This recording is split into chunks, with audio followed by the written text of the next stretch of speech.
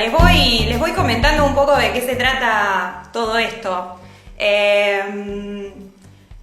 Si bien ya lo venimos diciendo en las ediciones anteriores, nosotros somos parte de un grupo que se llama Área Graduades.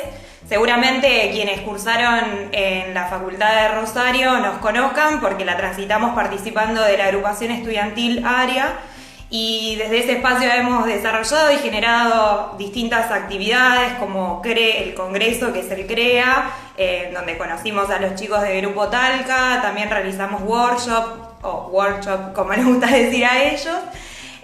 Y bueno, y hoy estamos afrontando estas ideas y estas iniciativas desde un nuevo espacio, que es el espacio de graduades, y lo conformamos personas que ya se recibieron o, como es en mi caso, que nos falta muy poquito para recibirnos. Así que bueno, en medio de toda esta situación dijimos que charlamos y se nos ocurrió en realidad proponerles también una actividad en donde podamos debatir con arquitectos o profesionales de otras disciplinas respecto a todo lo que está pasando, a cómo lo están viviendo y a qué propuestas tienen de acá en adelante. Así que bueno, en este contexto convocamos a los integrantes del Grupo Talca. Ellos son Rodrigo Yeguar Giordano y Martín del Solar. Ellos son de Chile, seguramente ya los conozcan. Y bueno, no solo conforman Grupo Talca, sino que también son docentes de más de 10 escuelas de arquitectura desde el 2008. Más que describir yo su trabajo, me parece que mejor lo pueden hacer ellos. Y les voy a comentar que hoy va a estar presente con nosotros Rodrigo, porque sabrán que los tiempos que nos permiten los vivos de Instagram son limitados, así que bueno, va a estar solo Rodrigo en representación de ambos. Y bueno, y es un honor muy grande para nosotras realmente contar otra vez con la participación de ellos en alguna propuesta nuestra. Así que les voy a mandar la invitación. Hola Rodrigo. Hola Mariana, ¿cómo están? Bien, ¿y tú? ¿Cómo está todo por allá? Bien. Muy bien. Hoy fue un día tormentoso, pero bien. ¿Sí?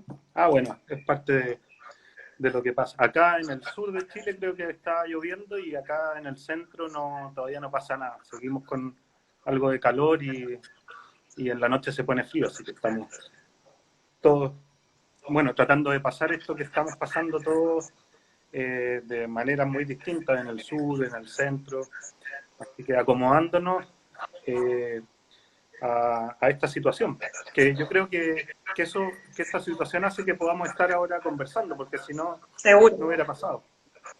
Seguro. De todos modos, la otra vez hablábamos de que esta sería la tercera vez que nos encontramos, pero como no hay 2 sin 3, me parece que esta no la deberíamos contar como la tercera y esperar a una próxima a que puedan venir nuevamente. No, la tercera tiene que ser en Rosario. Ustedes saben organizar cosas bien, así que tiene que ser allá. Bueno, y Rodrigo, contame, ¿cómo se está atravesando todo esto allá? ¿Cuáles son las medidas que se tomaron desde el gobierno? Puntualmente, ¿vos en qué parte de Chile estás ahora? Para que todos sepamos. Sí, yo estoy en Concón, que queda al lado de Valparaíso. Eso está en la costa chilena a 1 hora y media en bus desde Santiago. Estamos cerca de Santiago. Pero, bueno, las medidas son bien focalizadas. Acá la política que se está usando es algo diferente a lo que están usando ustedes. Y acá, con datos, se van analizando situaciones puntuales y se van entrando en cuarentena ciertos sectores específicos. Y de esa manera creo que dentro de lo posible hemos podido estar moviéndonos lo que es necesario, siempre resguardando la seguridad y obviamente uno tiene familia y todo eso, no quiere entrar en no sé, en tanto contacto, que creo que de alguna manera la ciudad es lo que más produce eso. O sea, la ciudad es el lugar de encuentro, ¿cierto? Porque si nos vamos al campo, vemos que hay otra manera de habitar. Y por lo que he podido hablar con algunas personas, no ha cambiado tanto. Lo que pasa es que hay menos, lo han ido a ver menos, ¿no? Pero ellos siguen viviendo tan bien como han venido viviendo. Así que Claro. acá en Chile las medidas son más focalizadas y son decisiones más puntuales, más que haber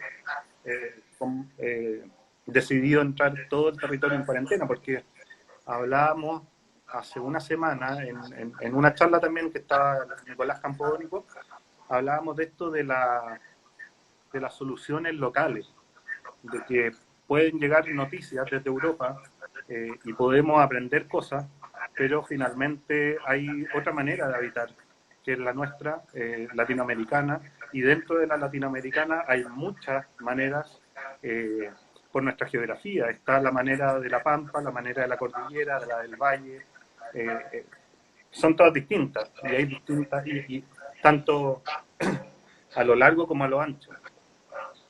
Sí, seguro.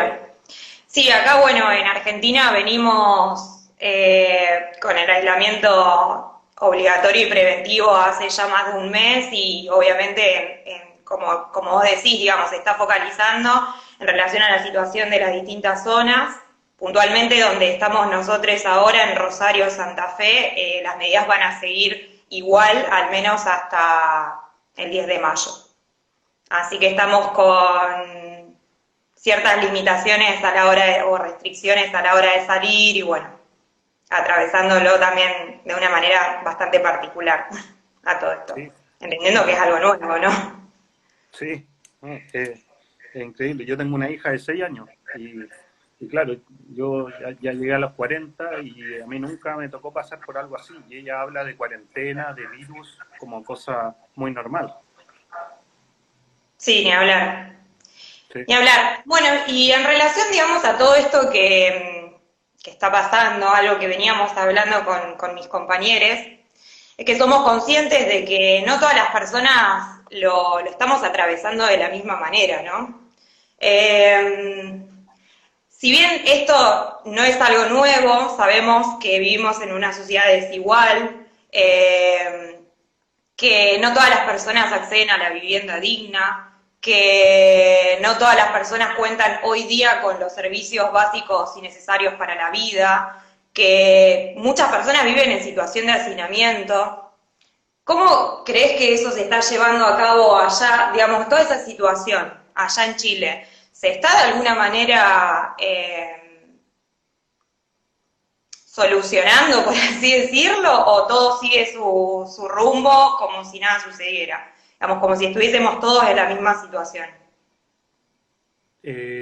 Mira, esto partió hace 2 meses atrás y las primeras 3 semanas fue cuando esto parte por la gente que vuelve de viaje, ¿cierto?, al extranjero y las estadísticas muestran que esto parte principalmente, los focos donde parte más rápido, en los sectores altos de Santiago.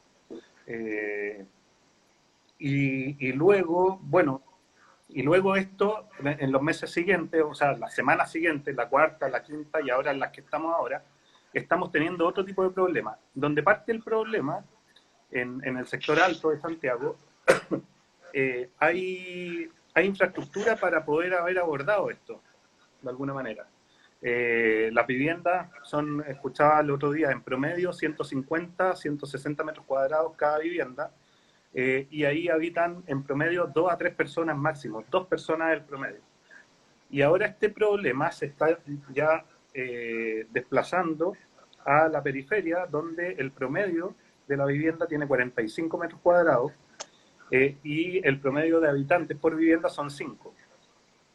Entonces, lo que hace ver que ahora se viene el problema. Y si uno ve las noticias, estamos viendo que en los CITES están apareciendo focos de contagio masivo. O también por ejemplo, en los hogares de adulto mayor, donde hay concentrado más gente por metro cuadrado. Y eso es lo que hace pensar, de alguna manera, que esto empieza, bueno, y ahora empieza el invierno, de verdad, las primeras lluvias. Entonces, uno no es el campo de uno esto la medicina la epidemiología, pero obviamente es como sumar 2 más 2. El problema se desplazó, las primeras comunas en cuarentena eran las del sector alto, ahora ya dejaron de estar en cuarentena y empiezan a estar las comunas de la periferia.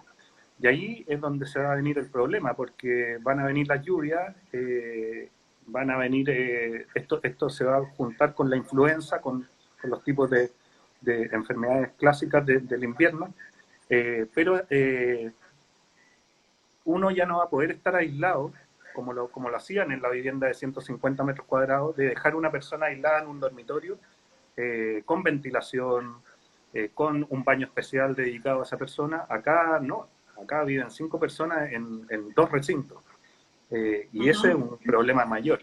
Ahora se ha estado, bueno, lo que uno sabe, se ha estado equipando hospitales especiales, camas de emergencia, o sea, se está armando una infraestructura para poder afrontar esto que se viene ahora, que va a ser más exponencial, de alguna manera debería ser cuando aparezca el invierno duro, y empecemos a entrar ya a la realidad de la periferia urbana.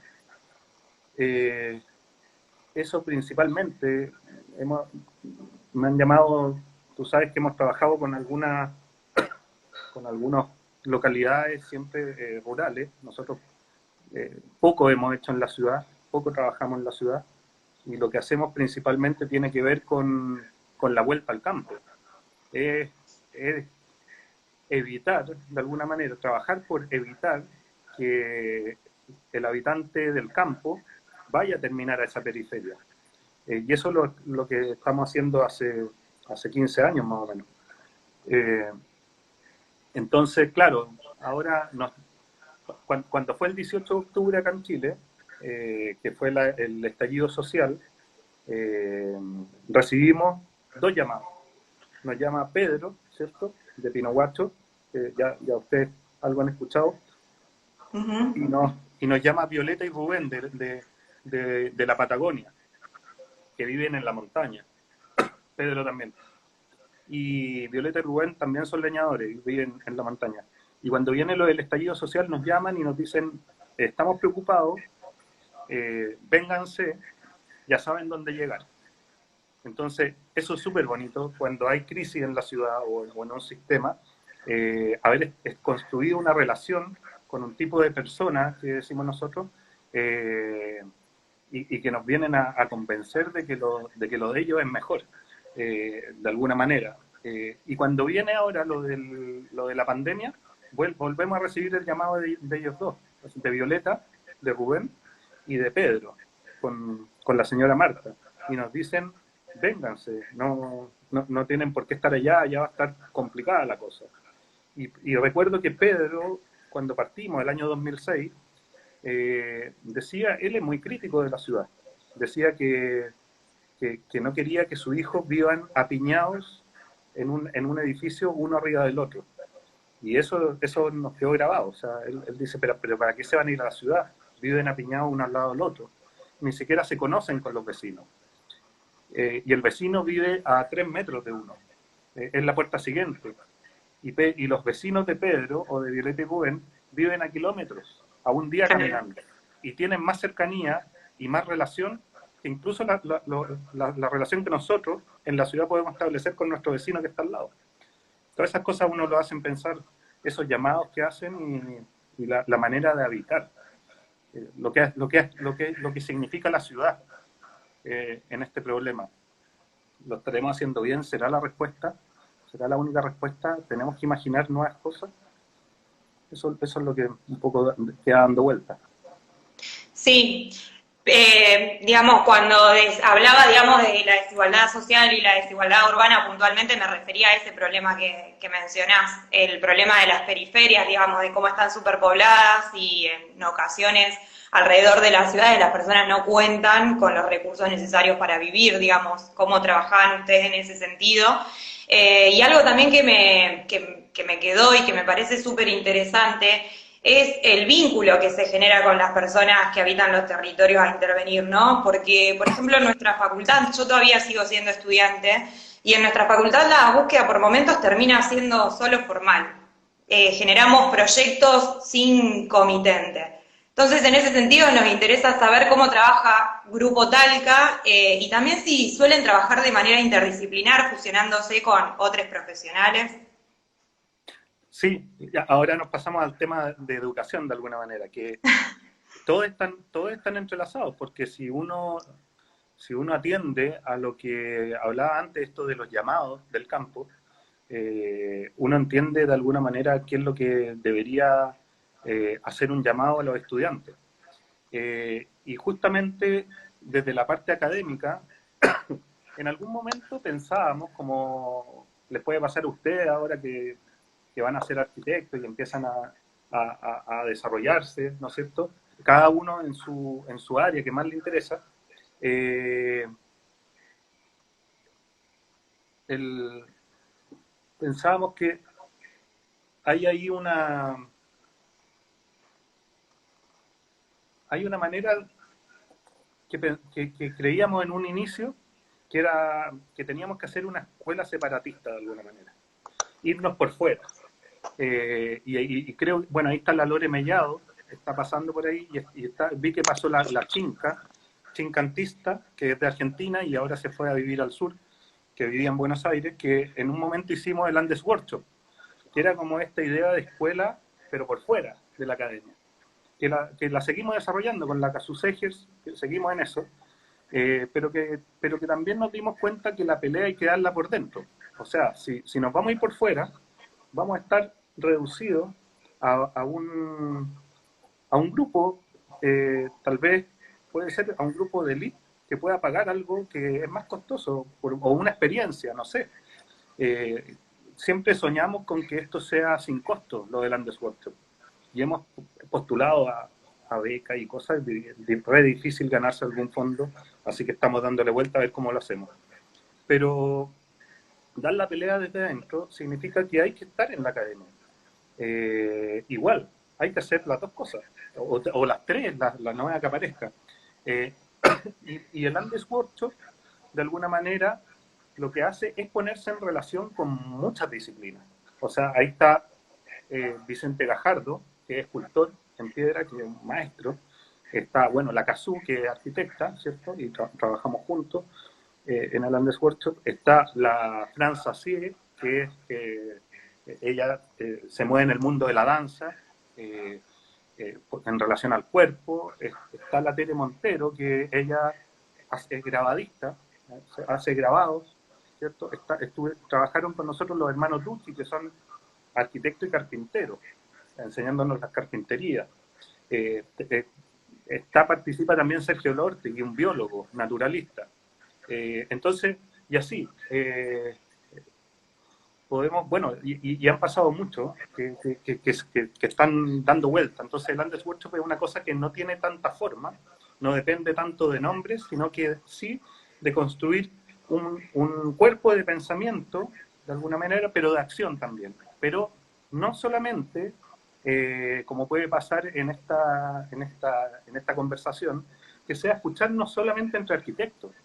Entonces, ahí tenía una idea, Mariana, que de repente tú puedes empezar a entablar una de estas entrevistas, puedes llamar a un biólogo y puedes llamar a un antropólogo. Entonces, esta cosa lo que hace es que dejemos de escucharnos entre arquitectos, que es lo que ha hecho de alguna manera la academia clásica. La academia clásica de alguna manera también lo que ha hecho ha sido solamente mirar la capital y Europa, ¿cierto? Entonces, ¿qué más hay para poder construir? No estoy diciendo que eso se niega, porque de alguna manera todos tenemos que aprender de eso. Pero nosotros, por haber estudiado en la escuela de Talca, la escuela de Talca lo que hace es afinar el ojo de alguna manera. Y nos pone el ojo en ciertas realidades y nos hace observar ciertas cosas. Construye una observación que Juan Román lo que dice es que la observación no tiene que ver con la mirada. la observación, parece que la retina está más adentro, es lo que dice él, la observación es cultural, y así se construye. Entonces, no es lo mismo, la misma observación no te la trae un hijo de campesino a un hijo de un dentista que ya dio la vuelta por Europa. Pero las dos tienen el mismo valor, ninguna tiene más valor que la otra, cada una en su dimensión. Entonces lo que hacemos desde lo académico, tenemos la suerte de participar, nos invitaron a, bueno, de hacer clases en distintas escuelas, hemos ido a México, hicimos algunos workshops, como les gustan a ustedes escuchar, hicimos en La Rioja, una vez, 2 días, estuvo bien entretenido, y en Chile en varias escuelas, y nos invitan, bueno, ahora estamos en la Finisterra, haciendo clases eso en Santiago, estamos haciendo clases ahora, partimos después en Temuco, estamos haciendo clases en Talca, en la escuela de Talca, y también en la Escuela Sur-Sur de Concepción, que esa es una oportunidad bien bonita, la de la Escuela Sur-Sur, porque es una escuela que se está rearmando con mirada, de alguna manera es dar vuelta a la mirada. Esta escuela que nace en Concepción, y que de alguna manera puede ser que haya estado mirando Europa o Santiago. Y Miguel Nazar, que es el director, nos invita a participar en este proyecto con una visión muy clara. Él tiene una visión muy clara, que es dar vuelta a la mirada y empezar a mirarnos a nosotros mismos, volver a mirar al sur. Miguel estuvo en Rosario. Creo Sí, que, sí, sí, lo ¿se conocemos. acuerdan? Claro, claro, Sí, sí, Miguel sí. estuvo mostrando la escuela allá. Y es bien bonito eso, esa vuelta a volver a mirarnos. Y eso es un poco lo que hacemos en la academia. Donde estamos, queremos volver a mirar eso que somos, y, y la dimensión cultural tiene que ver mucho con, con el mundo campesino, con, con el mundo campesino, con, con ciertos ámbitos como de paisaje económico de alguna manera, porque una caleta es un paisaje económico, es un territorio que incluye al mar, que se mueve y surge a partir de una economía, pero que no solamente, que no está ahí solamente por ser un productor de alimentos, sino que porque se construye un cuerpo social, como dice Juan Román, que permite el habitar, un habitar digno, un habitar en virtud. Lo mismo en el Valle Central, al lado de un río, y con ciertas actividades que, eso nos interesa mucho, llevar a la academia esta, esta vuelta a la mirada a nosotros mismos, y trabajamos mucho con los estudiantes desde primero que se conozcan ellos. Entonces, el estudiante de Concepción no va a tener la misma observación sobre el territorio que el estudiante de Temuco, ni el de Santiago, ni el de Talca, porque son distintas realidades, son distintos territorios, son otra experiencia. El de Concepción y el de Temuco viven muy de cerca ese olor a leña en su casa. La leña, prenden la chimenea, llueve muy fuerte, tienen un frío distinto. Y el de Talca tiene otra condición con la neblina, con lo húmedo y con lo seco en verano, y Santiago tiene otra realidad totalmente distinta. Entonces trabajamos mucho desde lo que los estudiantes les hace sentido. Eh, ¿Cómo podemos ser un arquitecto que no queremos ser? ¿Cómo podemos ser, en mi caso, cómo puedo ser un arquitecto que no quiero ser? Si me enseñaron las miradas de otros, ¿por qué yo no puedo construir la mía? Y para construir la propia y construir ese profesional que uno quiere ser, tiene que conocerse uno mismo. Y para eso hay que mirar donde uno nació, recordar las historias de niñez, traerlas como materia de taller. Claro, ahí como dice Nicolás Lioy, la reivindicación cultural, pero la cultura desde lo propio. ¿Cuál es lo propio? No es como pasaba a fines del 1800 esto de que venga todo la revolución industrial, venga todo Francia, y esa es la arquitectura que construyó las ciudades en esa época. ¿Qué pasa ahora? ¿Qué pasa ahora? Además que estamos en crisis y siempre hemos estado con los crisis de los recursos. Cuál es la, ¿Cuál es la manera? Y para eso tiene que ver con dejar también de escucharnos a nosotros mismos. O sea, es como un contrasentido. Tenemos que escucharnos a nosotros, pero a nosotros, ¿cierto? Saber quiénes somos para Ujú. poder llevar esto, pero no seguir escuchándonos entre arquitectos o arquitectas, ¿cierto? No, salgamos de la burbuja y empecemos a escuchar a los biólogos. ¿Qué nos dicen? ¿Qué nos dice un poeta? ¿Qué nos dice la danza? O sea, Bueno, ¿cómo en vamos? relación a eso te comento que esta semana justo vamos a tener como invitada a a una psicóloga. Ah, bueno. Qué bueno. Así que Ahora, sí, la idea, digamos, de este ciclo de charlas es no solo escucharnos entre nosotros, como decía, si bien obviamente siempre es muy interesante y sobre todo también ver las experiencias de distintos lugares del mundo y cómo se está afrontando o qué mirada a futuro tenemos de todo esto, pero también, digamos, incluir a personas que trabajan de otra manera, en otra disciplina, y bueno, esta semana justo va a haber una psicóloga, así que espero que puedas escucharla, a la charla. sí, no, imagínate que Miguel Nazar de la Escuela Sur Sur, lo que hace es que cuando hace el seminario Sur Sur, que el primero fue el 2018, lo que hizo fue invitar a 4 profesionales de la arquitectura, 3 o 4, pero en igual número había un escultor, un biólogo, estaba un cineasta en el mismo seminario y exponía al mismo tiempo la Casu Segers como arquitecta y después le tocaba a Diego Breit, cineasta, y tenían que entrar en diálogo. Entonces eso nos abre el campo y no estamos cerrando el campo solamente escuchándonos a nosotros mismos. Entonces es bien bonito desde el entender quiénes somos. Tenemos que entender quiénes somos, pero no solo desde la arquitectura. Y qué profesional queremos ser, no solamente desde la arquitectura, entender realmente el medio. O sea, algo que ha generado la ciudad, si algo ha hecho la ciudad mal, es habernos, de alguna manera, no haber cumplido una de sus funciones, creo, que es ponernos en relación. De alguna manera la ciudad era el lugar de encuentro, ¿cierto? El campo tiene miles de problemas. Conectividad, salud, educación, y todo esto está lejos. Si me enfermo es un problema. Pero la ciudad de alguna manera volvía a reivindicar estas cosas, a Ujú. solucionar y a construir el lugar de encuentro. Pero si no conozco a mi vecino, que está al lado, la ciudad falló de alguna manera. Entonces, esta idea de, de lo, no sé, no pasa, o sea, cómo el habitar va a venir a ser solucionado solo por la arquitectura. O sea, solamente una solución arquitectónica y constructiva. No, acá tienen mucho que decir los biólogos, los sociólogos, los psicólogos. Y nos encanta también, por ejemplo, en la Escuela Sur Sur, ahora estamos, y en la Finisterra, y lo vamos a hacer en Temuco también, estamos trabajando mucho desde la psicología en los primeros años con los estudiantes.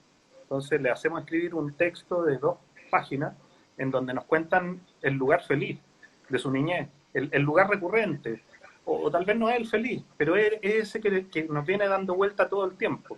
Hay algo donde siempre volvemos y siempre es recurrente y nos volvemos a parar a ese lugar que en realidad ya no vivimos en la misma ciudad, pero cuando volvemos a ese lugar, a San Juan, por ejemplo, los de La Rioja, y dicen, no, pues hay que vuelvo a San Juan, y en San Juan, en este lugar algo hay, no sé qué, no lo hemos hecho consciente. Bueno, esas cosas creo que son experiencias que se han instalado y que de alguna manera les va a pasar a ustedes cuando lleguen a los 30, a los 40, van a empezar a ser conscientes un montón de cosas para atrás. Eh, entonces, ¿por qué no empezar a trabajarlas de antes? Y no venir a repetir modelos de escuelas clásicas. ¿Por qué tenemos que aprender o hacer las cosas como las hace Europa? Está bien ver, no estoy negando nada de eso, pero miremos eso, pero veamos qué nos hace sentido a nosotros. Y te aseguro que de alguna manera muchas cosas que nos hacen sentido y que nos hacen feliz o no hacen sentido, nos mueven, se instalaron en los primeros 10 años, ¿no es cierto? Desde que uno nace hasta los 10 años o los 15, no sé. ¿Por qué no revisamos todo eso y eso lo ponemos y lo traemos al taller y trabajamos con eso? Creo que podemos estar ahí construyendo un tipo de profesional que es el que nos hace sentido.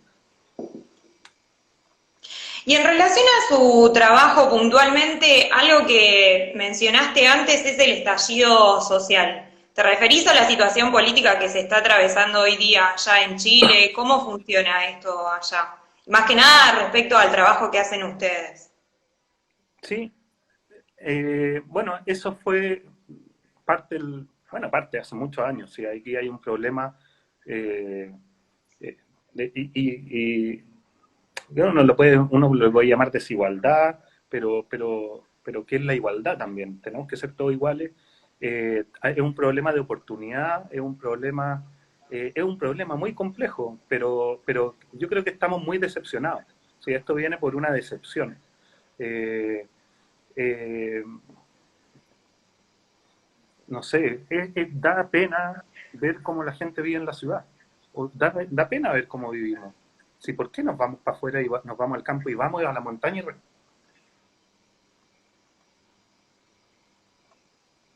Bueno, creo que se tildó.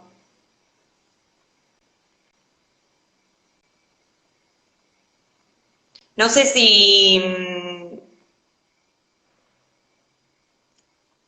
si solo se tildó él o me tildé yo también. Si pueden comentarlo, por favor.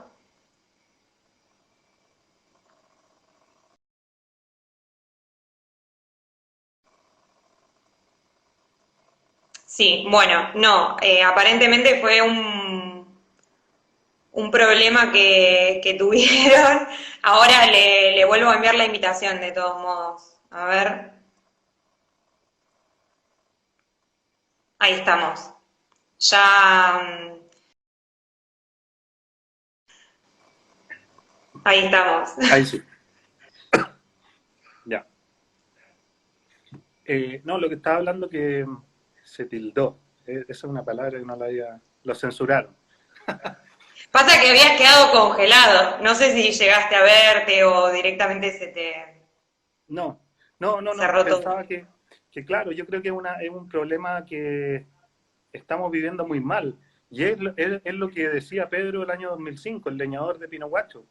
Es lo que decía, yo no quiero que mis hijos se vayan a la ciudad. Se fueron, ahora necesito que vuelvan. Y si no vuelven, nos vamos todos para allá y abandonamos esta tierra. Entonces, claro, ahí hay un lazo familiar y hay una voluntad por permanecer muy fuerte, ¿cierto? Pero Pedro, el leñador, con la señora Marta, eh, tenían muy claro que ellos vivían muy bien ahí. Y no tienen grandes cosas, tienen una casa pequeña donde vivían con su hijo y ahora ya no caben, entonces en la vuelta cada hijo se tiene que hacer su casa porque es una casa muy pequeña, pero entienden el valor de lo que tenían. Hola Franchi, estoy saludando a algunos que pasan. Está bien, vos sí podés saludar a todos. No hay problema. La Franchi está en Concepción, creo. Ah, Entonces, claro, cuando nos dice esto Pedro, ¿no es cierto? Y la señora Marta, uno decía, bueno, será, habrá que creerle, y lo que trabajamos con ellos fue eso. Los hijos vuelven a vivir con ellos. Pero porque obviamente algunas de las respuestas vienen dadas por y el estallido social y la pandemia y todo esto que está pasando tiene que ver con que Pedro, cuando va a Venecia, vamos a la Bienal de Venecia del 2016 y va Pedro el leñador. Cuando vamos camino al Arsenal, la primera vez que salimos del hospedaje para ir a ver el lugar donde que íbamos a intervenir, dice, él iba con bototos de seguridad, porque esos son sus zapatos de la vida. Él sube a su cerro con bototos de seguridad, entonces imagínate caminar claro. por Venecia 45 minutos por estos laberintos de piedra con bototos de seguridad. Él decía, que me duelen los pies, decía, esto es... Claro, pobre. Claro, decía, ¿cómo pueden caminar sobre piedra? Yo camino sobre mi pasto blando y mi tierra húmeda. Después seguíamos caminando y miraba para arriba y decía, pedacitos de cielo. Qué desdichada esta gente, decía. Pedacitos de cielo. Después, en la parte que estábamos nosotros, que no era el sector de la universidad, sino que estábamos más cerca del arsenal, no hay un árbol. Y Pedro es un ser relacionado absolutamente con los árboles. Esa es su vida. Los árboles y el volcán.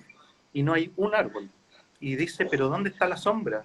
La sombra es dura, ¿no es cierto? Decía, hay que andar pegado a las paredes porque acá es muy complejo. De repente nos quedábamos en unos túneles porque era duro con un día de calor y sol. Claro. No había un árbol que te traía un poco de frescor, a no ser que sean los canales. Pero los canales no dan ganas de estar cerca, si era un olor complejo también. Entonces, esa es la ciudad. Y esa es la ciudad que no quiere Pedro.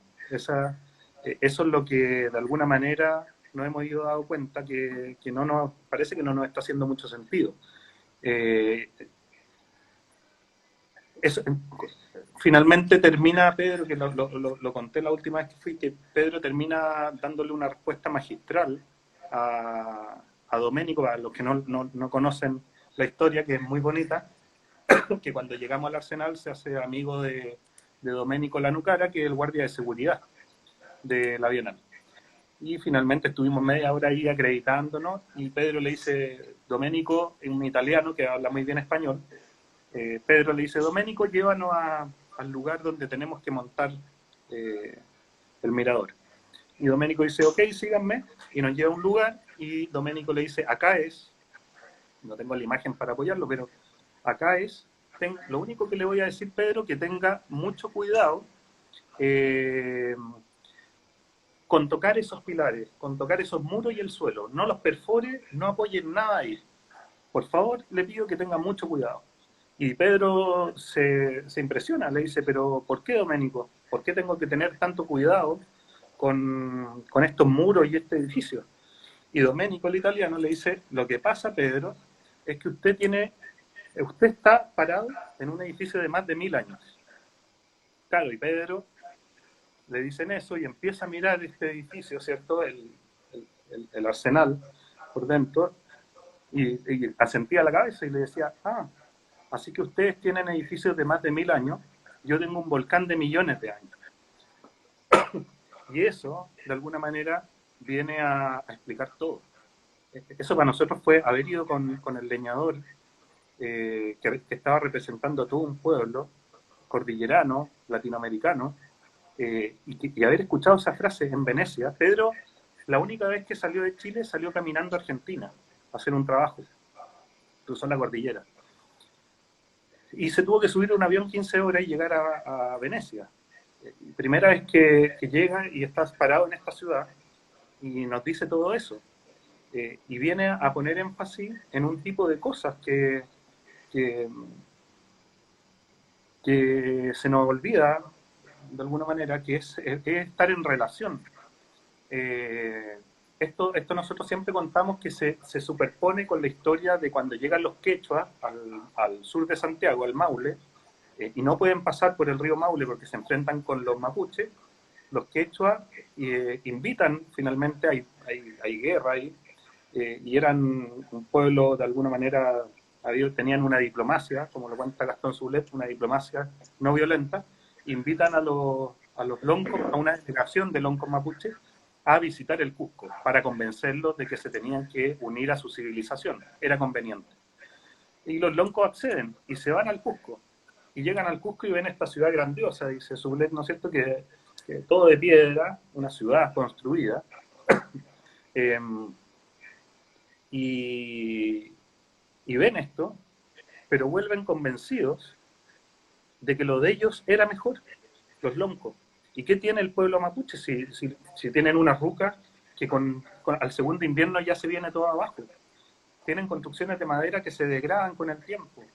¿Qué tiene? ¿Qué era eso que era mejor? Y lo que era mejor era que habían construido un tipo de persona especial, con una sabiduría especial, y una forma de enseñar a las nuevas generaciones especial también.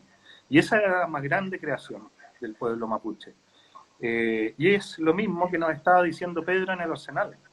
Haber estado parado frente a un volcán toda la vida. Él nació ahí, él ya es parte de ese volcán. Su hijo a las 3 de la mañana sube el volcán para ver el amanecer desde el cráter. Entonces, ¿qué pasa? La ciudad nos abstrae de todas estas cosas, de estar en relación. Ni siquiera podemos estar en relación con las personas, porque ya desconfiamos de todo, ¿cierto? Ya, ¿quién confía en alguien en la ciudad? Difícil. En nuestro grupo de amigos, y se acabó, y salimos a la calle, y estamos preocupados de que no nos toquen, y enojados, no sé. ¿Qué calidad de vida es esa?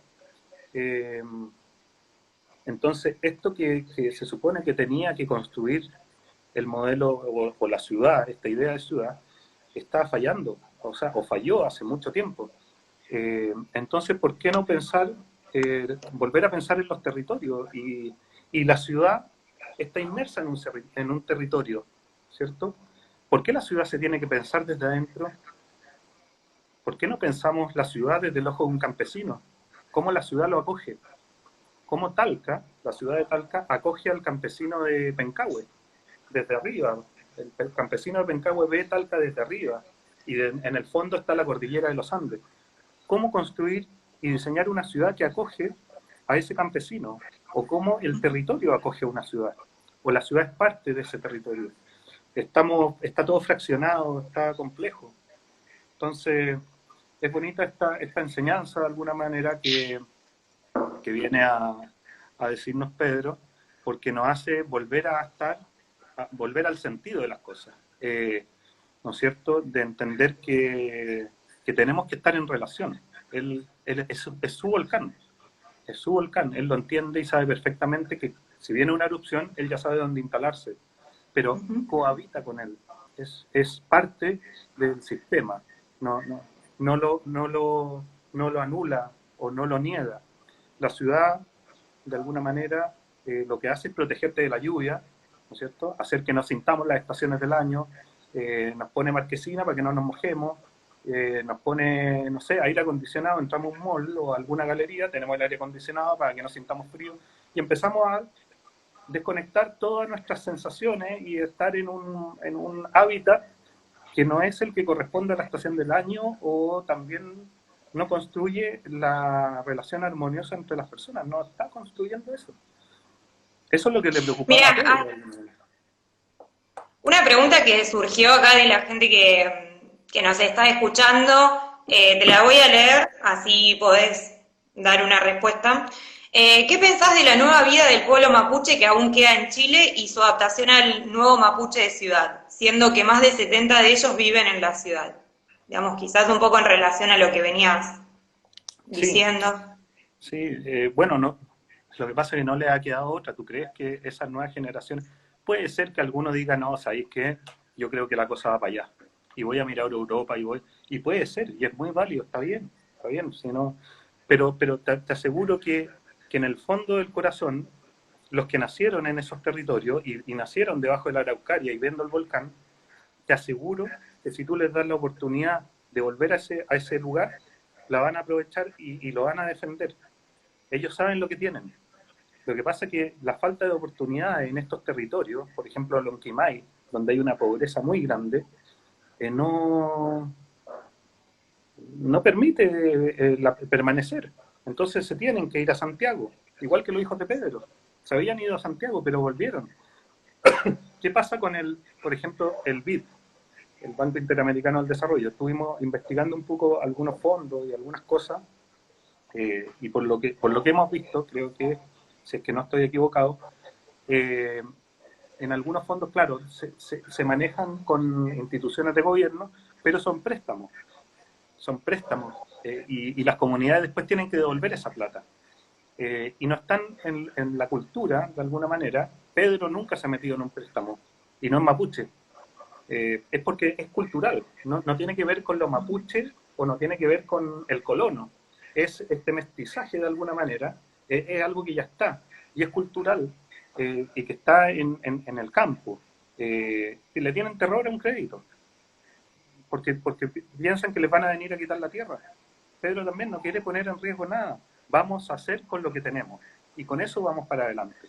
Entonces, este hábitat mapuche, principalmente en la Araucanía, es donde sucede esto, bueno, y está llegando, se están yendo a Santiago de alguna manera, tiene que ser pensado teniendo algo en cuenta, para sentarse a la mesa, para pensar cómo desarrollar nuestros pueblos originarios, cómo dar esa oportunidad, hacer que permanezcan. O sea, si tenemos que hacer algo con los pueblos originarios es darle todo el apoyo para que permanezcan y defiendan esos territorios. Ellos son los grandes defensores de esos territorios. Ahora, ¿cómo hacerlo? Debería ser a partir de una voluntad que viene por parte de ellos y por parte del otro mundo, ¿cierto? Y debe entender que hay un valor en el otro. Si el empresario que va a poner la plata se sienta en la mesa con el pueblo mapuche, el empresario tiene que partir entendiendo y sabiendo que hay un valor en el pueblo mapuche. No puedo partir con una preconcepción de algo que se ha creado que no es verdad, que no es real. Hay violencia, hay una situación compleja, pero ¿por qué no partir construyendo una relación, pero primero sabiendo quiénes somos, ¿no es cierto? Que el empresario, que el gobierno, que el Estado, de alguna manera, que todos nosotros entendamos quiénes somos, que nuestros pueblos originarios entiendan quiénes somos, con esta visión de desarrollo que aprendimos de alguna manera, ¿no es cierto?, y que sigue instalada y que tenemos en la cabeza, y nosotros saber absolutamente cuál es el valor del pueblo mapuche o de los pueblos originarios de los quechuas. Por ejemplo, en el pueblo mapuche, si no nos sentamos teniendo muy claro de que la más grande creación de este pueblo es haber construido un tipo de persona especial con una dignidad tremenda, no hay diálogo. ¿Cómo puede haber diálogo si yo vengo a imponer toda una visión?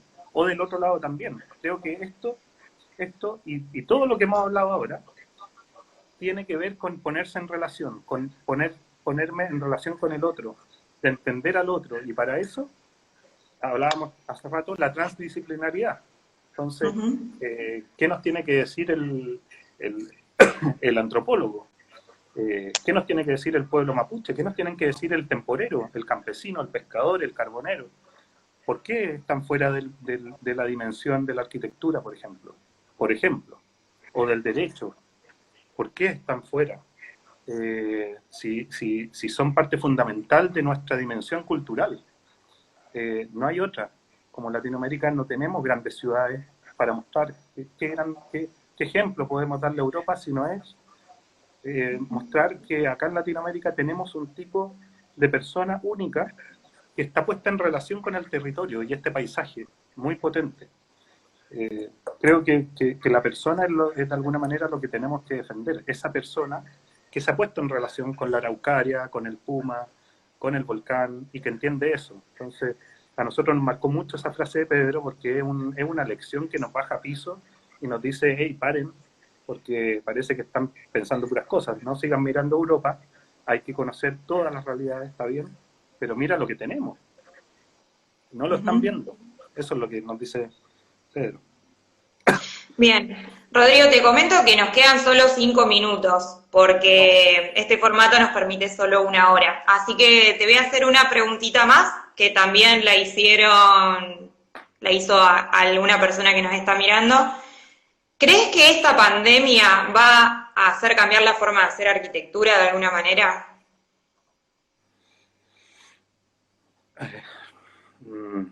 Puede ser. Si es que hacemos un trabajo personal, un trabajo sobre nuestra propia conciencia, yo creo que sí. Yo creo que sí. No sé si puede ser. Porque de alguna manera creo que nos vamos a convencer de que parece que esto de lo digital es solamente una herramienta, porque pucha que nos sentimos solos cada uno en su casa. o cada uno nos falta. O sea, a mí me falta mucho volver a los lugares que veníamos trabajando. He hecho mucho de menos y estaba muy entusiasmado por partir el año de ir a hacer clases a Concepción, de irme a Temuco, de ir a la cordillera. No está esa posibilidad. Y eso se echa mucho de menos. Entonces, ¿qué me permite lo digital? Es una herramienta para poder ponerme, no sé si en relación con otro, ni siquiera en relación, no sé, de tener noticias, de informarme, pero no sé si algo más. Porque lo que nosotros defendemos también es ponerse en cara a cara, lo que dice el biólogo Sergio Lórtegui. Y que él es doctor en, bueno, es biólogo, tiene un doctorado y ahora está haciendo su postdoctorado. Y lo que él trabaja con niños de primero a cuarto medio, en educación primaria. Y él lo que dice es que la única forma de aprender es cuando el fenómeno aparece. No se aprende en el aula. Es cuando el fenómeno aparece. Es cuando estoy cara a cara con el fenómeno. Y ahí es donde aparece el aprendizaje. Y él hace después un descubrimiento ahí que viene trabajando sobre están cazando paradojas, porque los niños descubrió que hasta sexto básico de alguna manera construyen paradojas cuando observan. Y están trabajando en eso, una cosa súper bonita. Entonces, creo que si algo nos va a traer esta oportunidad es entender absolutamente que lo que decía Pablo McKinney de la Universidad del Desarrollo en una columna que hizo en el diario, es que nos necesitamos y que tenemos que tener una relación cara a cara. Y lo que hacemos nosotros en la academia es mandar a los estudiantes a que no aprendan en el aula, sino que se vayan a los territorios y entren a la cocina a conversar con la gente. Ahí le mandamos un saludo al Roca, que el Roca es un estudiante que se fue a Laja y terminó en San Rosendo atendiendo el negocio de una señora, porque la señora tenía que salir, y terminó en la cocina, entendiendo que lo que él quería hacer no era lo que tenía que hacer, sino que tenía que diseñar el balneario que no existía en el lugar, pero que había existido antiguamente y que construía el cuerpo social de San Rosendo, y que no era hacer un museo ferroviario como él quería como arquitecto, claro, sino que dentro de la cocina sacan los álbumes y le empiezan a mostrar fotos de cuando se bañaban en el año 60, y ahí entiende realmente qué es lo que tenía que hacer, pero dentro de la cocina de la gente en el territorio.